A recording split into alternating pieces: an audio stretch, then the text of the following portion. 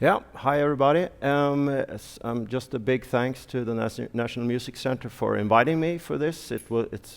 I've seen the whole endeavor grow from the smaller beginnings in the customs building when I was here the first time, I think 15 years ago. So it's a nice thing to see how this has been turned into such a great scene and platform for so many people to work and to create music, which this is all about, so to say. So I guess since we have such a kind of a small crowd here today, I guess you all are kind of familiar with the Mellotron, the basics. But one thing that maybe not so many know is that before the Mellotron, there was actually something called the Chamberlin. And it was working according to the same principle as this, which is the first type of Mellotron that was made. It is nowadays known as the Mark II, but it was when it came out, it was just called the Mellotron. And the reason it became known as the Mark II was that it had some inherent flaws in its design. And so just a year after the first version that we now call the Mark I came out in 1963, but they made some significant improvements on it and came out in '64, which is now called the Mark II Mellotron. And the sounds in the Mark II that were mostly used are the strings, and let's see if I have them here, possibly. That's the brass. Here we have the strings.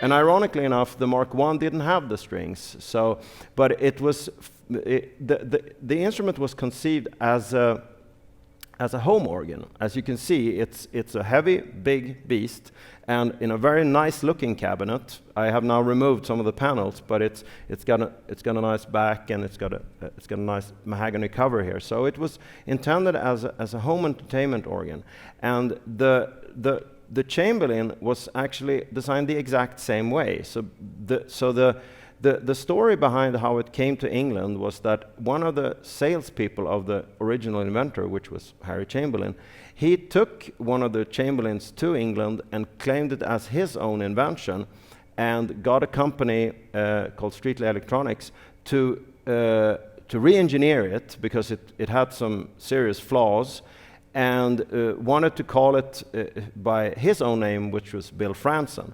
But the guys at Streetley realized that he was not the inventor. So after a while, they figured out that Harry Chamberlin was the actual inventor, and so they struck a deal with him, and we have actually found some master tapes from the Mellotron company in the stash of tapes that came from Harry Chamberlin. So the basic principle of this instrument is that you have tapes, one tape for each key, and there's a recording on each key of a note. So this is, for instance, a recording of 3 violins, and it's a G, and maybe not in tune completely now, but that's the way things go with the Mark II. And then each of these recordings are individual, so that gives it a very, very natural character. And if you look at these sounds on a screen, they look like a disaster, so to say. But when you actually play them, they sound very lively and very have a very nice character to them. So each tape has 3 tracks. So we have the strings, the brass, and the saxophone in this particular case. So for this to work as a home organ, which was the original idea, there had to be more sounds than that. There would be just only 6 sounds here if it wouldn't, 3 on each side, if we wouldn't have some sort of possibility to change stations. So Harry Chamberlin actually came up with the idea to have what we call cycling, which is there are two drums, one in the back and one in the front, and when you press a button, it will cycle to the next station, which will give you 3 more sounds. And I'm going to attempt this, even though it's kind of a suicide mission, but we're going to go for it anyways. So remember, this was originally built in '63 and then refurbished, or whatever you want to call it, in round about '64, '65, when they took back most of the Mark I's, put in some more stable mechanics, better electronics, and the new set of tapes, which was to 70% of the sounds were changed out, mostly because they were not in tune, and also they probably had some requests for strings, which the Mark I master tapes didn't have. So here goes. So there's a drum in the back and in the front, and it spools now to a different location on the tape. And here we have now an organ, a guitar, and the flute. And this leads me to possibly, if the modern technology will work, an example of how this was used.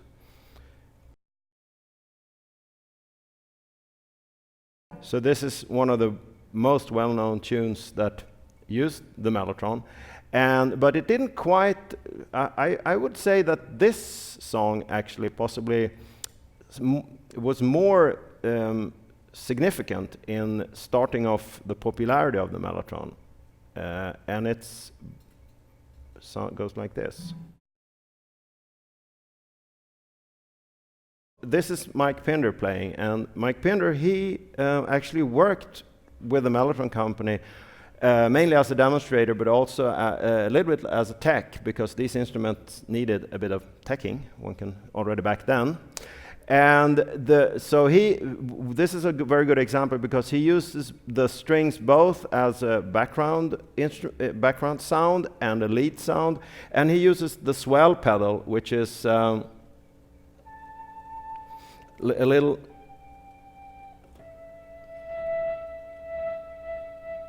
So this is, was a master at using the swell pedal to get these incredible string arrangements that are very, very, what shall you say? They sound really good.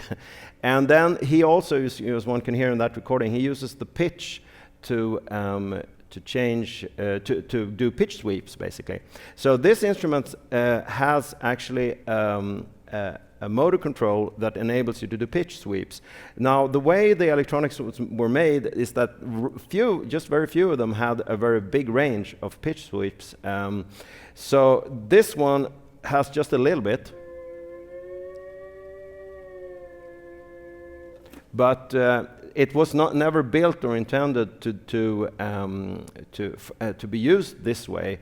But in particular, Mike Pinder used it on many tracks, on many Moody Blues tracks. Used the pitch sweep creatively. He had some small China marks on the dial to see where he's got like a third and different intervals. So that's kind of that's how it got popular, so to say, which is completely contrary to the original idea, which was more to have it like a home organ. So the left-hand side has this kind of stuff, bizarrely enough. But the idea was for a relatively wealthy home to purchase one of these and to be able to have it like an entertainment center. So it has rhythms, rumba, and then I think it's called Cuban. But then they also put in some lead sounds on the left-hand side, which kind of confuses people nowadays. This is the accordion that actually Genesis used in the bass part when for the Watcher of the Skies intro. So the one side, it's fairly high tech. It's a split in the middle here, so you can select different tracks on the right hand half of this keyboard, and the right hand half actually has some fills, and this on that instrument is just acting up. So I have the fills over here. So the idea was to be able to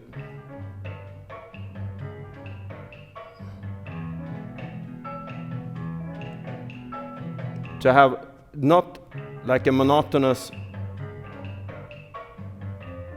but to bring a little bit more life into the whole thing by doing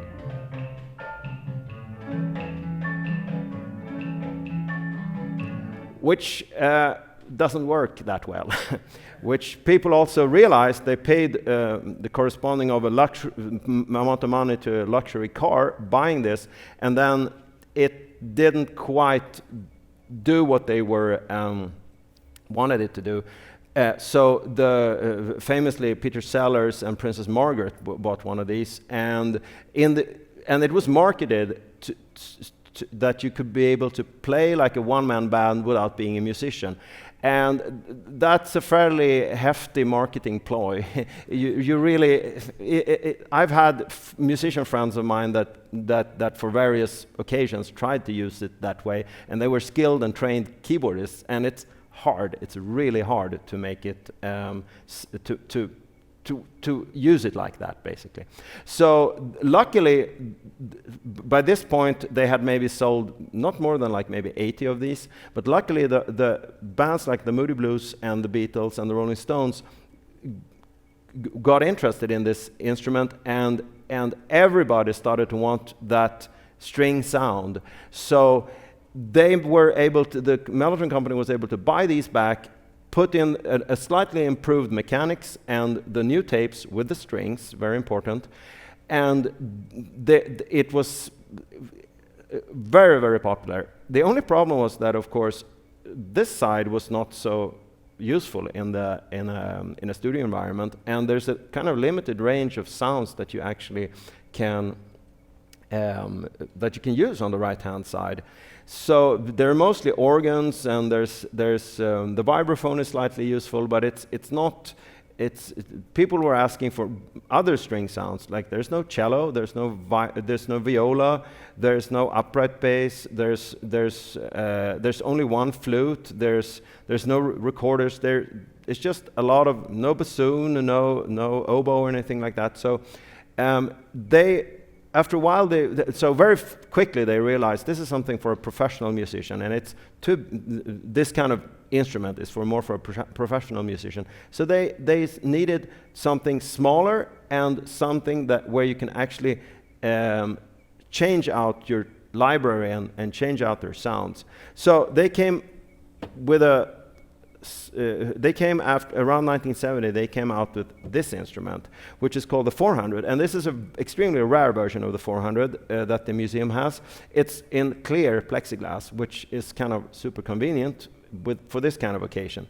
So you can see here that there's a motor that drives the flywheel, and then there's a capstan that goes through the whole thing. So between the keys, they will always be in tune, and the whole thing will, of course, be in tune if this runs at the right speed. So, and the other good thing with the Mellotron principle is that the tapes are not running the whole time. They're just running when you play them. There's a little pinch roller that grabs the tape when you press down the key, and then there's a little hammer that presses the tape against the head. So with this instrument, it's a lot lighter, of course, and a lot simpler to service. But the working principle is more or less the same, except that it doesn't have these drums with tapes on them. So you only have 3 sounds. Cello here, for instance, strings, and flute. But the good thing here is that it is relatively easy to take apart and to service, for instance. which you always need to do with these guys. So you remove the keyboard, put it somewhere where it doesn't fall over, and then you can actually take out the tapes. So here you can see the 35 tapes, and then there's a row of tape heads down below, and they are physically moving between the three tracks. So when I change the track selector, the tape heads move between the 3 tracks of the tape. So in this, I'm not going to attempt this in this right here right now, but you can, or possibly I can. It is sort of easy to take out. So this was, of course, great for musicians. They could, if they all of a sudden decided that they wanted wine glasses and boys choir and whatnot, they could purchase a tape rack like this, put it in the instrument, and then go nuts, basically. And there were even composers that had were commissioning custom banks of sounds, and they would send the master tapes to the Mellotron company, and they would put the sounds on tape, and then send it out to the composer. But the good thing for us, of course, nowadays is also that we have those master tapes for these different sounds. So the library is really big. So there's sound effects for Tangerine Dream. There is there are percussion effects for that different composers had sent in, which is kind of convenient back in those days, because there was no other way to get like a sample library. Of course, because there was no practical way of recording digitally. I guess there were in different labs. They probably had experimented with digital recordings, but that was not something that was useful for an ordinary musician. There was still a few years for the EMU emulator to come out, so to say. Now, Harry Chamberlin was in North America making instruments that looked like this. He'd been doing this since about 1958. But then he also realized that this kind of instrument was too unwieldy and impractical, and that the tape replay keyboards were something that definitely was for professional musicians. So he came up with the M1 series of instruments. As you can see, it's much lower than the Mellotrons. Now, the earlier Chamberlins, because as you can see here, when I press a key, there's a spring that then pulls the tape back. So the loop is the tape, which is approximately 2 meters long, is in a double loop in this frame. Or same thing over here, you probably can see. There's the tape moves up. It's the same kind of loop situation that's going on here. So the instrument has to be all the way down to the floor. Now here Harry came up with a different solution. Each tape is rolled on a little spool that is driven by an axle with yet an extra motor. So that's the drawback here, that you have another motor. And that made it possible for him to make a tabletop version. And for some reason he had set into his head to make an organ-style instrument. Why he thought that would be the big selling point, I don't understand. But he put a lot of effort into an instrument called the Riviera that was a double manual instrument. And if one keyboard for a tape replay keyboard is a nightmare, and 2 next to each other is a double nightmare, stacking yet another one on top of that, yeah. So he made also a pro version of that called the M4, it looks very similar to this, and it has one keyboard here, and then another smaller one, 25 keyboard here, and then another one stacked on top of those two. Mike Pinder had one of those because he was looking for a more high fidelity type of sound, and also which Harry's recordings were always great. So the fidelity of the Chamberlin sounds was always good. So you can hear here, for instance, these are the strings, and ironically, that's the only sound that the Mellotron company just nicked from the Chamberlin library, actually. So these are the exact same strings here in a slightly more hi-fi version, because these are a generation of tape down the line, so to say. But for instance, here,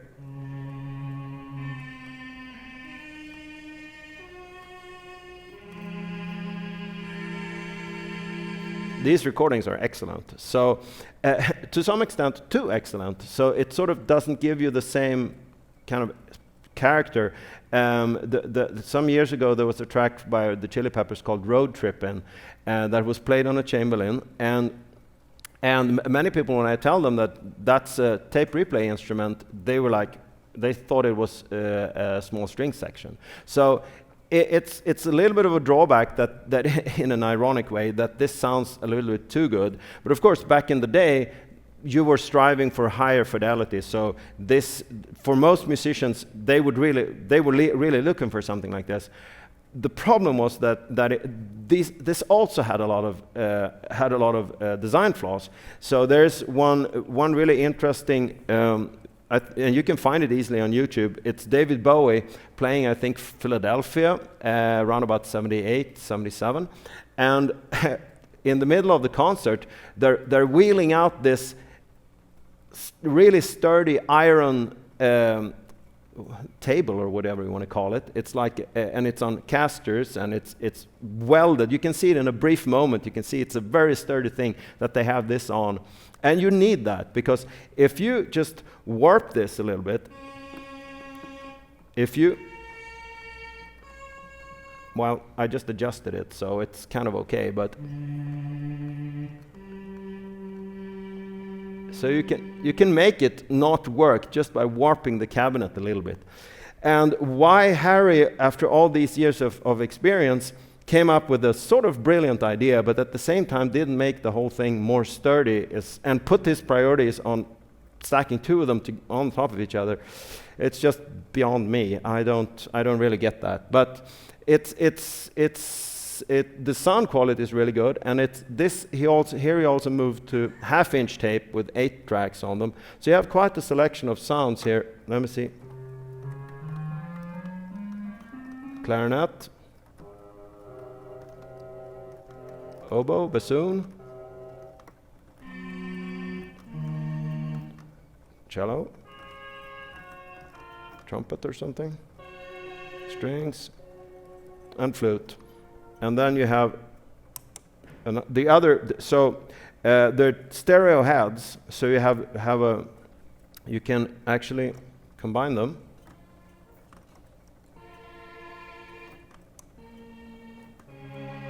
Like this. You can combine tracks on a Mellotron too, but you just have to put the track selector in between the tracks. And yeah, sorry about that. It's a bit of a noisy thing over there. Let me see.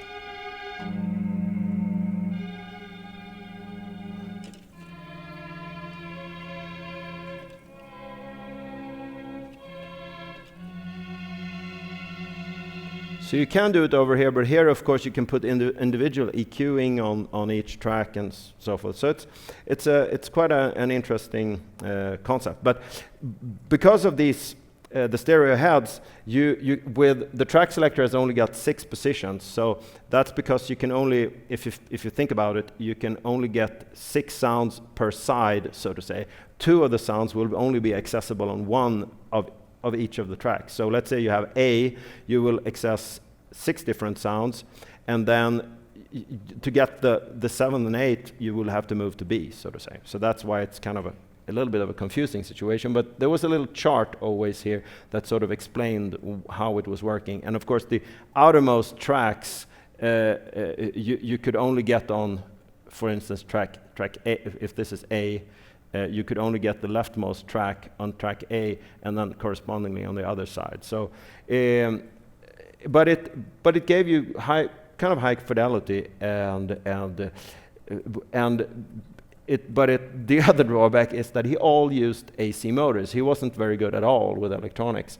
So there were only AC motors, so there's no good pitch control even on these. There is a small knob here that says pitch control, but it doesn't work quite like that.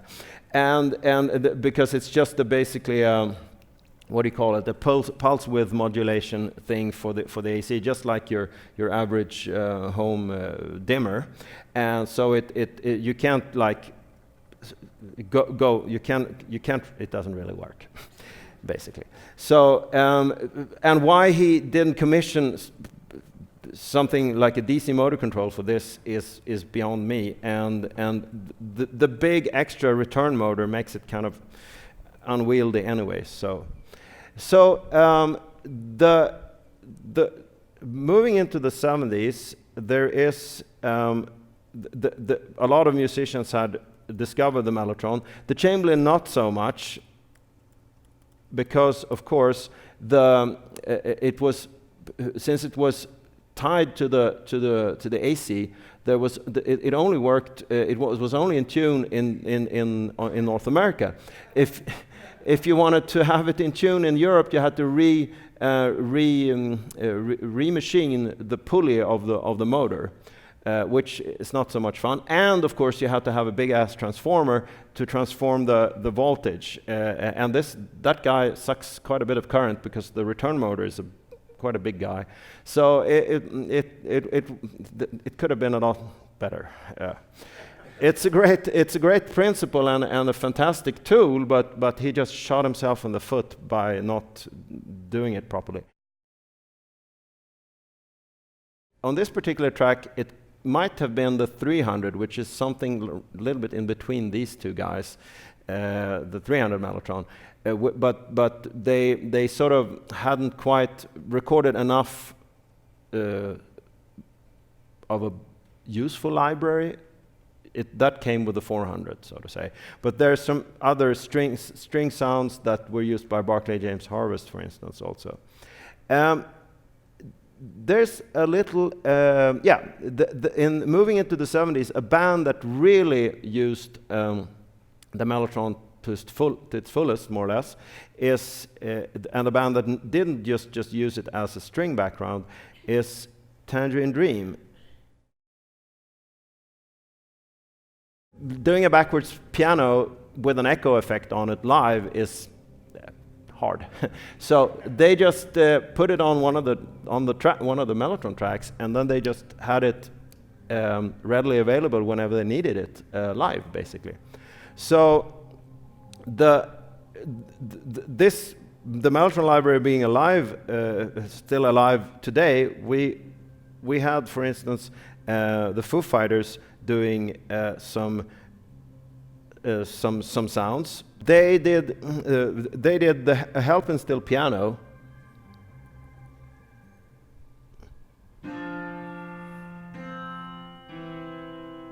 And then Wilco recorded a dulcimer. And then, so this was for their analog dual manual instrument that I built for them, because I built the Mark 6 and the Mark 7 Mellotrons that are very similar to the normal version of the 400 that's over there, which is in a white cabinet. This is very, very unusual. There are only 2 of these in the world. So normally these are white, and I build them in a similar way, just with some improvements, so they stay in tune, have a half-speed functionality, and that the keyboard is much easier to play. So I made around about 100 of those, and I made also around about 6 or 7 of the dual manual version of that, which is not like that, but rather more like this, but two keyboards next to each other where you can change out the tape frames. And Wilco has one of those, and they did these custom sounds for it. There's a dulcimer, a guitar feedback, Nels Klein. You can hear it better here, actually. So tuned guitar feedback, which is a really cool sound actually. And then crotales. Yeah, so we try to keep the archive alive, that people send us sounds, and then we put it on the files, and then ultimately on a card like this. Then to one of the few Mellotron solos. There not that many, but Mike Pinder did, of course, a few. But this is by a quite famous band. Fantastic drumming. And so that's kind of unique, because all the backgrounds and all of those strings and brass, that's an orchestra playing, but the solo, for the solo, they decided to use the Mellotron, which is kind of really interesting. And live, they never got that working very well, unfortunately.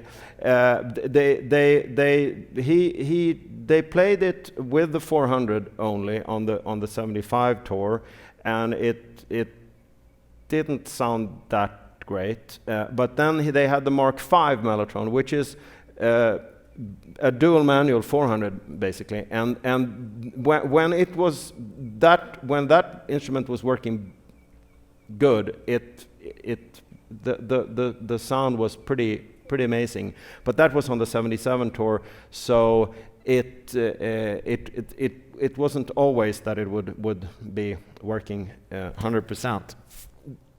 One has to say one thing about the 400, talking about shooting themselves in the foot. The Mellotron company, they came out with this, as I said, which everybody loved. So because everybody wanted this sound, but they didn't want this big beast. So between like 1970 and 74, they sold over 1,000 of these things, mainly in North America.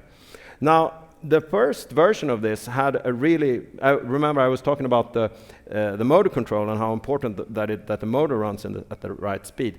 The first ones were really, they had a pretty good motor control system, but after like 100 of those, I think they decided to make it cheaper. And they came out with a motor control that was horrible, sucked. It was not only it didn't stay in tune, it went out of tune when you played several notes, and it was not. It was a believe it or not, for a DC motor, a frequency modulation involved. So there was actually like a little thing going on when you were tuning it, or when it was just running. And even on some of these guys, that would of course leak through the audio, through the electronics. But on some of these, when the motor wasn't molded in quite the proper way, it would sound even from the motor itself out acoustically. So quite a disaster. So that's the main reason why the Mellotron company got into so much trouble in the 70s, and why Rick Wakeman famously burned two in a field and so forth. And also the Zeppelin roadies were just like, had all these horror stories about it. And also John Paul Jones famously talking about when, to the intro Stairway to Heaven, it was like landing a plane when playing a piano, so to say. When he would listen to Jimmy Page's 12-string intro and then go like, with the flutes, like, just trying to land that plane on the tuned guitar, because just after 10 minutes, the thing would be out of tune, just in a relatively controlled environment, and here you're on stage with like lights and all kinds of shit. So that was a nightmare. But with around about 74, they came out with a much improved motor control system, and you can even hear it on if you listen to Genesis live from the Lamb Lies Down tour. The pitch range is much bigger. So there's a song called The Waiting Room where he does like a big pitch sweep on the choir, and I should be able to do this over here. Tony Banks did that pitch sweep. Let me see if we can get it right. I have.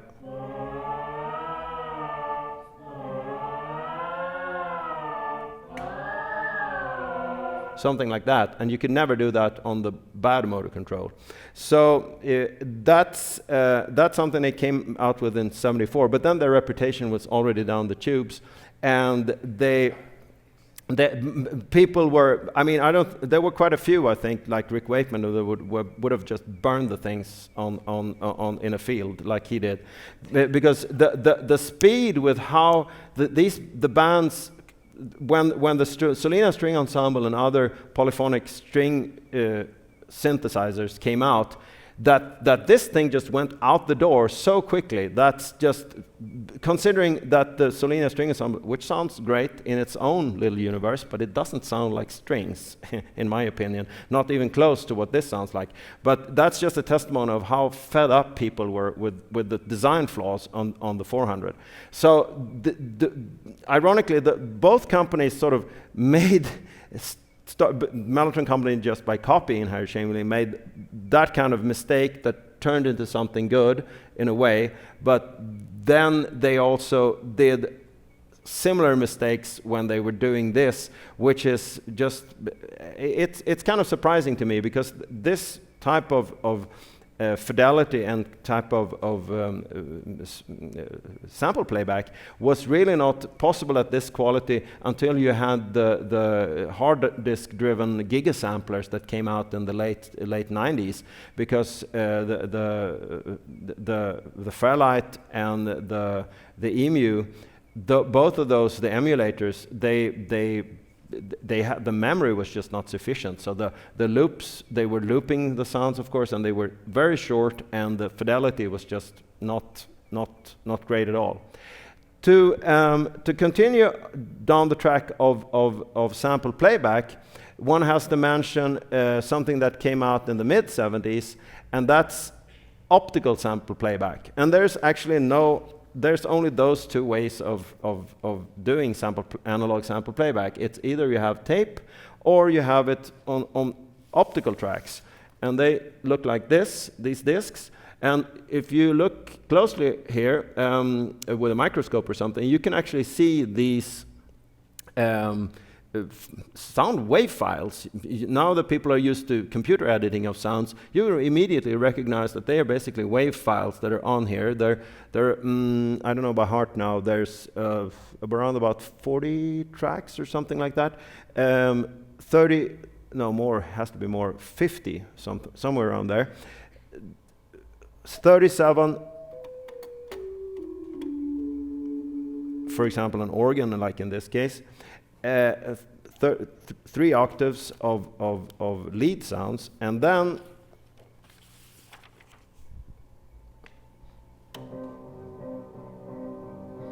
rhythms. And if you want to do what they were attempting to do, this is the way to go, because since it's all on the disk, it's going to be synced up. So if there were some backgrounds here also that I can switch on with.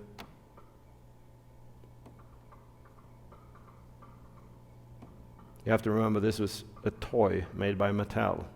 So, can anybody hear that little? And it's of course going to be in sync because it's all on a disk. So this, when it was new, was sort of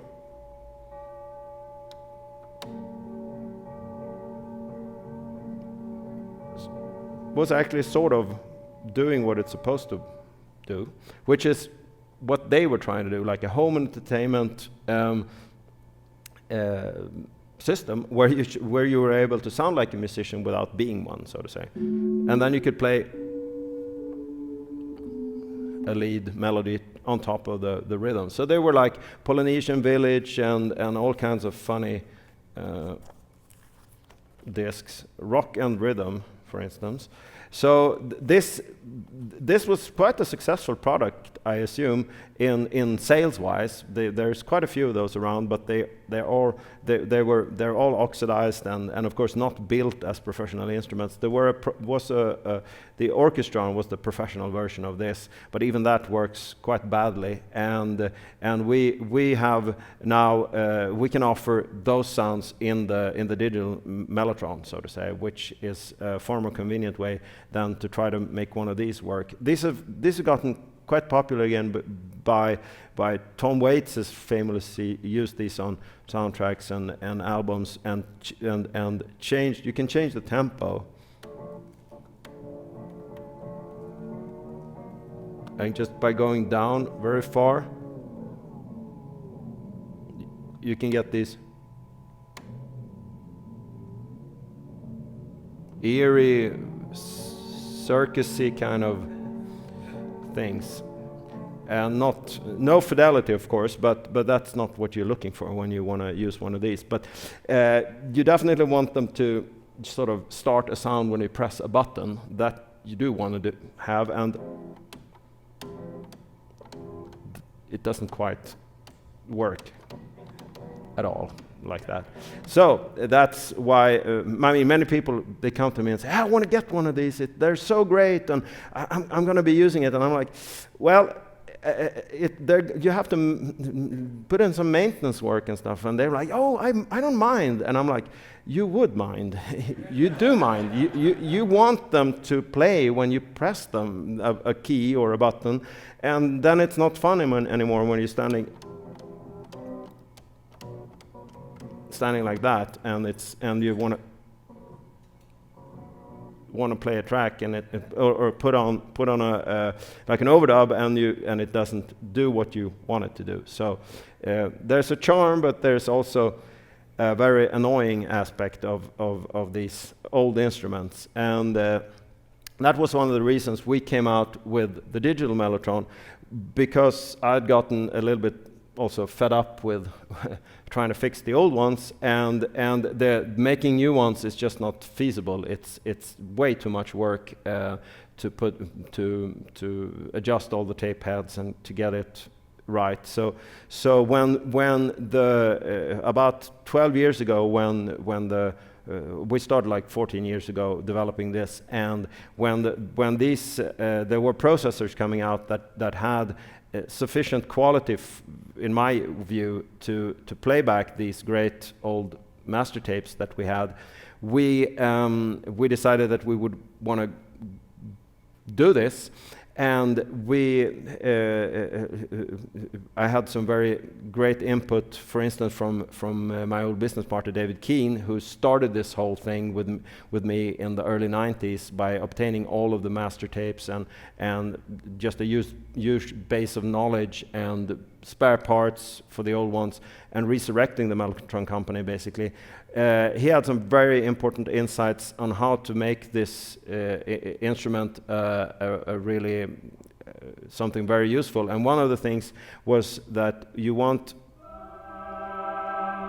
a poly aftertouch keyboard, which is actually, if one of those is well adjusted, you can make use of an unintentional poly aftertouch, especially the M series of Chamberlins. So we decided that we wanted to do poly aftertouch, and that's not very common nowadays. But I came up with a magnetic Hall effect sensors keyboard scan that. I'm not a keyboard player, but that gives you an idea of what you can do. It's quite an expressive keyboard, and so that was one thing. And then the other thing was not to compromise on the audio quality. So these are streamed wave files directly from these cards. I was back like 12, 13 years ago. I was just astounded why all of the sample playback keyboards had so little memory. Now I know that there are some reasons for it, but I definitely was thinking that it would be possible to stream directly, because then you basically have almost unlimited memory capacity. So that's what we did. So we're the only company that are doing sample playback with WAV files at this high fidelity without any intermediate storage, like for instance on many other sample playback keyboards that are like, for instance, Red nowadays. That you turn it on and you have to wait for a little while until the samples are loaded, and this you don't have to do it with one of our instruments. The whole library is instantly accessible, and you can switch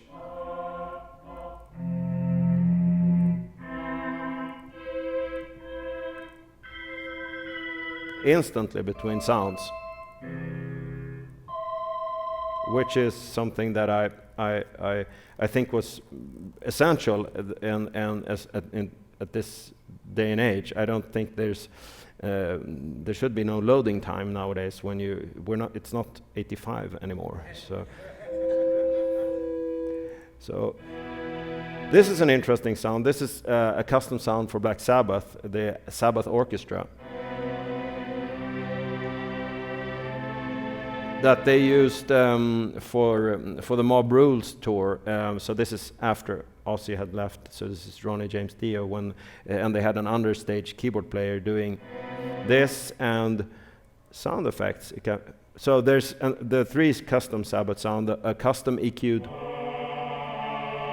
choir, and then if I can find it, there's Roxy Music did some custom stuff.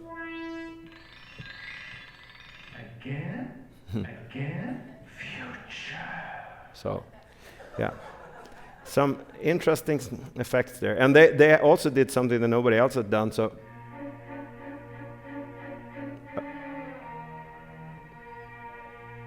a whole strings section. If you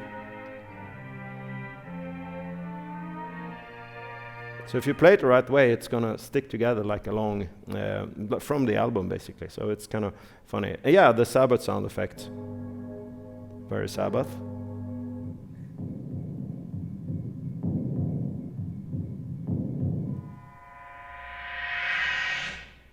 And Tangerine Dream.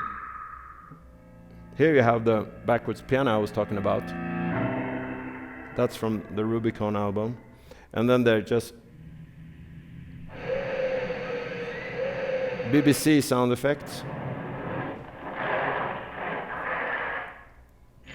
Actually, the BBC had commissioned one of these for Doctor Who.